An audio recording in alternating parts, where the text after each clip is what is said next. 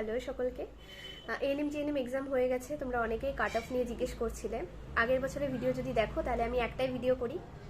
এবারেও আমার ওই একই কথাই বলার আছে, সেটা হলো কাট অফ নিয়ে অনেকেরই জিজ্ঞাসা যে কত হতে পারে। অনেকে অনেক জায়গা থেকে জানতে পারছো যে 60 বা 60-এর বেশি হলে বা 70 হলে এটা হলো সেফ স্কোর। দেখো, এটা হলো পুরোটাই অ্যাজাম্পশনের ওপর। আমি অ্যাজাম্পশন করতে পারি, তোমরাও নিজেদের মতো অ্যাজাম্পশন করতেই পারো। কিন্তু আমার যেটা মনে হয়, কতজন পরীক্ষার্থী পরীক্ষা দিচ্ছে, কোশ্চেন প্যাটার্ন কেমন হয়েছে, কতজনের ভালো এক্সাম হয়েছে, কতটা ভালো হয়েছে, কতগুলো সিট রয়েছে অ্যাভেলেবেল, আমরা কিন্তু কেউ কিছুই জানি না। সব ডেটা কি আমাদের কাছে রয়েছে? নেই কিন্তু। এবার সিট ম্যাট্রিক্স যতক্ষণ না পর্যন্ত প্রকাশ হচ্ছে, যতক্ষণ না পর্যন্ত তোমাদের রেজাল্ট বেরোচ্ছে, কারণ রেজাল্ট বেরোলে তোমরা তোমাদের র্যাঙ্কটা দেখতে পাবে, আর সিট ম্যাট্রিক্স জানা থাকলে তখন আমরা একটা আইডিয়া নিতে পারি যে না, এত আমার র্যাঙ্ক হয়েছে। ধরো কথার কথা, এএনএমে 800টা সিট আছে, তোমার এএনএমে র্যাঙ্ক হয়েছে 950, ঠিক আছে? তুমি জেনারেল ক্যান্ডিডেট, তুমি একটু আন্দাজ করতে পারো যে হ্যাঁ, আমার হওয়ার অনেকটাই চান্স রয়েছে, কারণ 800টা সিট আছে, আমার 950 র্যাঙ্ক, সবাই দেখা গেল এএনএম নিল না, তাই না? তো এরকম একটা আন্দাজ আমি করতে পারি। কিন্তু আমার সিট ম্যাট্রিক্স আমি জানি না, রেজাল্ট বেরোয়নি, আমি আমার র্যাঙ্ক জানি না, কতজন পরীক্ষার্থী কেমন পরীক্ষা দিয়েছে আমি কিছুই জানি না, তাহলে সেখানে তো আমি বলতে পারি না, তাই না? সেখানে কিন্তু আমাদের কোনো অ্যাজাম্পশনের জায়গায় নেই।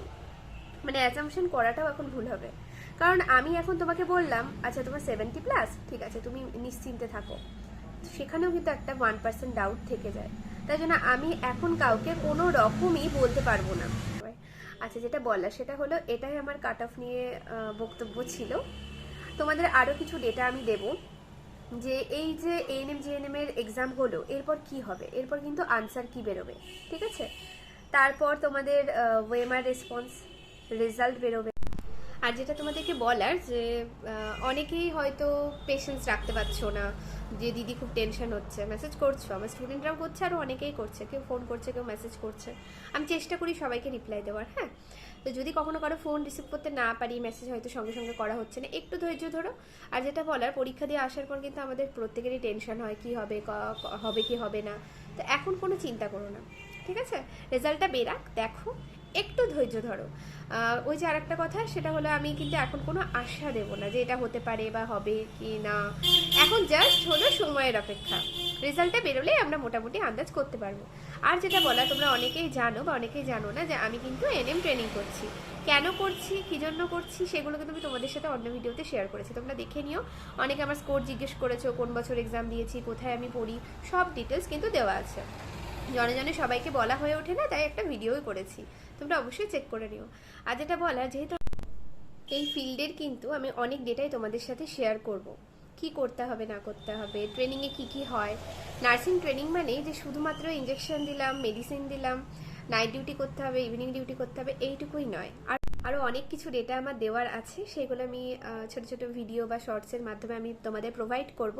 যারা নার্সিং ট্রেনিং করছো বা ভবিষ্যতে করবে, তাদের কিন্তু অনেক সুবিধে হবে, ঠিক আছে? আমি অনেক ডেটাই তোমাদেরকে দেবো, তার জন্য অবশ্যই তোমরা আমার চ্যানেলটা সাবস্ক্রাইব করো। আর যারা যারা আমার কাছে কোচিং নিতে চাও, অনলাইন কোচিং কিন্তু আমি প্রোভাইড করি, আমার কন্ট্যাক্ট নাম্বারে তোমরা কল বা মেসেজ করে নিও, ঠিক আছে?